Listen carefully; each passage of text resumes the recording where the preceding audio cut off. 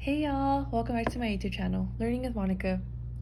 Today I will be speaking about German cinema's depiction of women, more specifically the negative ways the film industry portrayed women during and after the wars. This video focuses on films from 1990 to 2014, which are a personal favorite of mine and recommend in order to learn more about German history and because they are interesting. German cinema. Why is it important? Every country has its story, its history, and the past is something we see a lot in our future. This is the case for German film. It allowed for individuals to express emotions of all the things that had occurred in past wars or other very sad historical events. These films also allowed for other countries to be aware of the things people had gone through. These films represent history in which culture, social, and political factors are included. The Reichstag Parliament building is a symbol of Germany. After the Second World War, prior there had been a fire, but it took further damage during the Second World War, in which gunshots destroyed the building, and these gunshots were actually kept, and it's a way of remembering what had occurred. This building is actually depicted in films.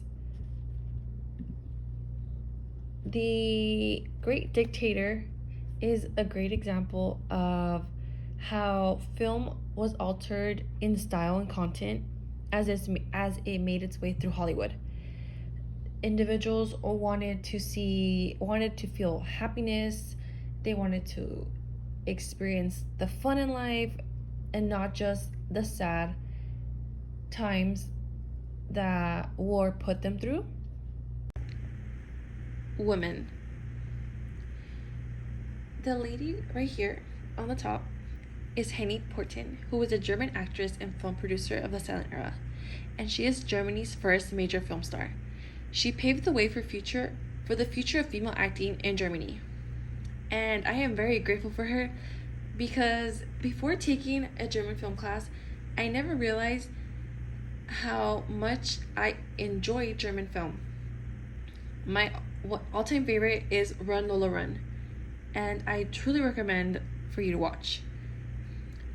The theme with German film, though, is that the main characters, when they were women, seemed underrepresented or undermined by the acting of men. And at times they were portrayed negatively, respected for the contributions they made to the movies overall. I would like to say that some history behind the inspirations or how women were represented did depend a lot of how during the time Germany was geographically and culturally divided between East and Germany. Outside influences changed the narrative of films in which some women were portrayed as little to men, or some women saved men. Run Lola Run 1998 features Lola, who is a young girl just trying to help save her boyfriend's life because he lost money, and if he doesn't find it or pay it, he will get killed. Lola goes through spiraling emotions throughout the film, in which she loses her mind a couple of times, or that's how the producers made it seem. She acts out on emotions various times, and it is very scary to think that someone can do that out of the blue when their character, or how they made it seem, she was a very, I wouldn't say calm, but she seemed to be a very, behaved child. And Lola robs a store. She pulls out a gun. She breaks her dad's stuff in his office. And something that I felt symbolized Lola's emotional instability would be that when she would yell very, very loud, and she would break glass. I feel like breaking glass is very, very extreme, because as a human, that is impossible. Yet, I felt that this specific symbol was meant to stand out, to demonstrate how actions were definitely out of hand and that she needed help. Her father even points out or mentions in the film how he is willing to create a new life with a new woman to get rid of Lola and her mom, because they are a headache and drive him insane. This film recreates the ending 3 different times.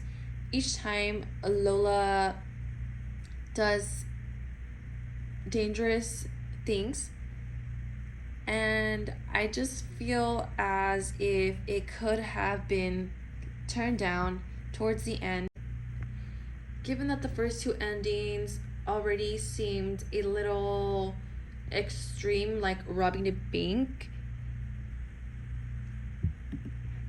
A Coffee in Berlin features Julika Hoffman, and like I mentioned previously, her character does not play a big role, but it definitely does show us how a female who has suffered, for example, bullying, and obviously must have some trauma from it,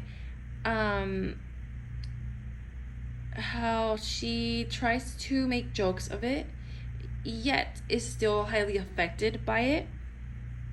Nick Fishker is the main character in this, and Nick was actually one of her bullies, and I feel like her being bullied did definitely take a toll on her mental state. She pursued acting, but the way that the producers depicted her character in her acting career made her seem crazy, and Nick actually believed that in the film. There is a scene where Nick and Julika are in the restroom, and she tells him, or doesn't tell him, but it is evident that they are going to have sex, and she whispers in his ear something along the lines of, "Say you want to have sex with the fat girl," because she was fat before. And this just makes me feel as if the producers tried to show her as someone, once again, emotionally unstable, because not just anyone will say that and think that it is okay. And that is something that Nick immediately noticed, and he pushed himself off of her and told her they could not have sex, in which she said, "Oh, because I am fat," and she spiraled insanely. I felt as if someone who had gone through something traumatic like that should have shown character development, and that is not what happened here. Phoenix 2014 features Nellie Lenz, who was a survivor of a Nazi camp and suffered disfigurement. Honestly, Nellie was very empowering in the way that she was able to pick herself back up after going through something so traumatic. But the producers depicted her as someone very needy of her ex-husband, that she was willing to go back to the person who betrayed her to the Nazis. Well, I understand Nellie did suffer traumatic experiences.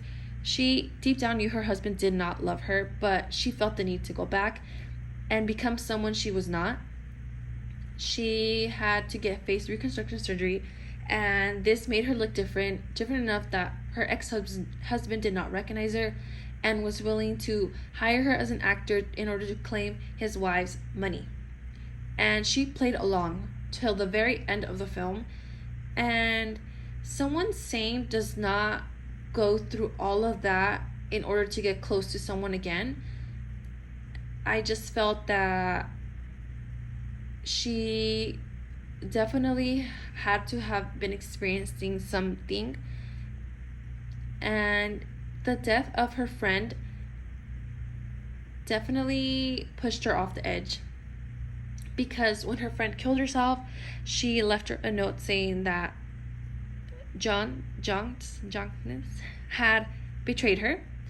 And this at the end is shown when Nellie is open to show that she is Nellie, and shows her tattoo given to her by the Nazis, in which her ex-husband notices it is her. And while she is singing in the final scene, her friends look at her as if she is manic. This disturbed me a lot, given that she had gone through so much, yet she seemed to be the crazy person. There are obviously other perspectives on these films, such as them being feminist, how in Run Lola Run, she was portrayed more manly, strong, how men act out on emotion sometimes in like very aggressive ways. But I just believe that this is not the case of it at all. Women were definitely shown as unstable, and I personally as a woman did not like that, because it just seems unfair, because men also have emotions, and just because they don't show it through crying or screaming doesn't mean that they aren't, on edge sometimes. I included a source text called Against Cinema That Makes Women Stupid, in which the author speaks on the ways that cinema portrays women to look dumb in order to gain attention. Grimm's piece critiques the particular kind of cinema that contributes to the intellectual downfall of women, since the way they're presented illustrates them to be superficial or emotionally unstable. I definitely agree with this. I feel as women did not seem to be making the smartest decisions in these films, and I wish they had been, just because they went through very, very hard experiences but pulled through. To sum this all up, if you were to ask me how women were depicted in these German films, I would definitely tell you they were unstable, that emotions were not controlled, and if someone triggered them or something triggered them, they would forget who they are and just spiral. They disassociated from reality many times, thinking they could be someone that they weren't, and the manic moments definitely were present throughout all three films. They are anti-feminist.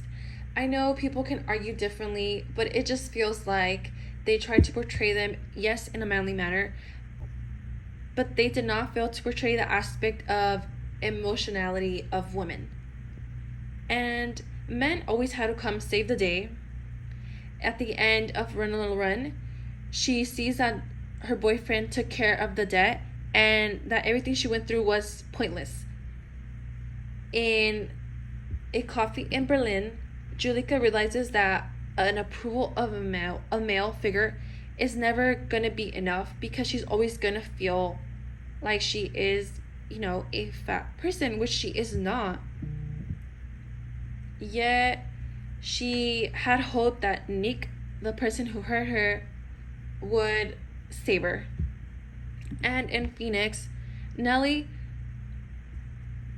let her ex-husband, seem like a hero or a good person when she was first seen by all her friends. And that should not have happened, given that she saved herself and her friend as well. Her friend did so much for her in order to some light back into her life after everything they went through. And to me, this unfair representation should be changed. Some of these films are more recent than others, and it seems as if this is something that the German cinema has as a pattern. I feel like the main characters should shine, especially if they're women, and that men should not outshine their accomplishments.